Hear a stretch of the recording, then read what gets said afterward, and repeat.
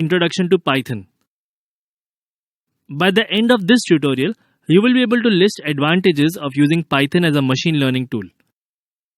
So we have talked about models, algorithms, and data analysis so far. But we haven't talked about the tool which we will be using for our analysis or for building our machine learning models. There are a lot of analytical tools available for data analysis. Some of them are freewares and some are paid. There are some tools which require a lot of coding from the data scientists, and there are others which require very less human effort. Developments and enhancements are constantly going on to cater to more complex data and make the work of data scientists easier. Some of the commonly used machine learning tools are Python, R, SAS, KNIME, MATLAB. Each tool has some advantages and disadvantages, which we won't be discussing here. Our focus will be on Python, which is one of the most preferred programming languages for data scientists. Python is a versatile language, which can be used for developing desktop GUI applications, web applications, and of course, in machine learning such as face recognition, object detection, sentiment analysis, product recommendation engines, etc. etc. Python is preferred over other programming languages because of its several advantages. Let's discuss some of them. It is an object-oriented programming language, because of which creating and using objects and classes becomes easy. For example, a variable with whole number as its value is an object of the integer class.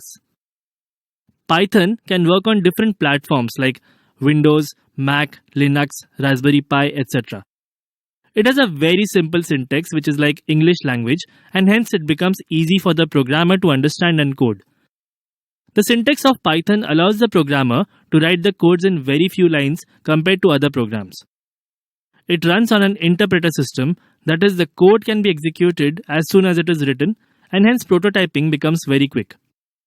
Python has a huge collection of standard libraries, which gives the programmer a lot of options to choose from.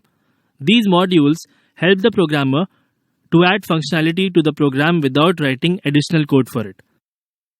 Python has the capability to integrate easily with third-party tools or open-source tools without much programming, and as a result it becomes cost-effective and time-saving for companies to implement.